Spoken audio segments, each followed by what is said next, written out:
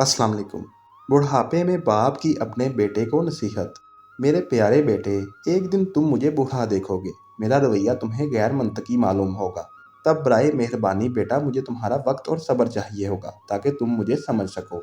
जब मेरे हाथ कांपे और मेरा खाना सीने पर गिर पड़े और जब मैं कपड़े ना पहन सकूं, तब गुजरे हुए सालों को याद करना जब मैं तुम्हें वो कुछ सिखाता था जो मैं आज नहीं कर सकता। अगर मैं तुमसे बार बार बात करूं और आपको बार बार याद दहानी कराऊं तो गुस्सा और मलामत मत करना, इसलिए कि मैंने तुम्हारे लिए कितनी ही बातें कहानियां दोहराई हैं, सिर्फ इसलिए कि उन्होंने तुम्हें खुश किया और तुमने हमेशा बार बार मुझसे पूछा जबकि तुम छोटे थे। माजरत, अब मुझे रुकावट न डालना। अगर अब मैं खूबसूरत नहीं हूँ या मुझसे तुम्हें महक नहीं आती तो मुझ पर इल्ज़ाम मत आयद करना। और याद रखना, जब मैं जवान था तो मैंने आपको खूबसूरत और खुशबूदार बनाने की बहुत कोशिशें की। अपनी जवानी में मेरी लाइल्मी और कम फहमी पर मत हंसना, बल्कि तुम मेरी आंखें और दिमाग बन जाना, ताकि जो चीज़ें मुझसे रह गई हैं मैं उन्हें पा सकूं। बेटा, मैं वो हूँ जिसने तुम्हें सिखाया, मैंने तुम्हें ज़िंदगी का सामना करना सिखाया। आज आप मुझे कैसे सिखाते हो कि क्या करना चाहिए और क्या नहीं।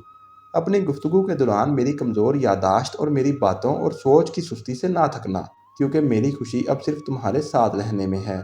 बस मुझे वो खर्च करने में मदद करना जिसकी मुझे ज़रूरत है। मैं अब भी जानता हूँ कि मैं क्या चाहता हूँ। जब मेरे पाँव मुझे जहाँ चाहिए ले जाने में नाकाम हो जाएं तो मुझ पर एहसान करना और याद रखना कि मैंने तुम्हारा हाथ इतना पकड़ा कि तुम चल सको। आज मेरा हाथ पकड़ते हुए कभी शर्माना मत। कल तुम किसी का हाथ पकड़ोगे इस उम्र में।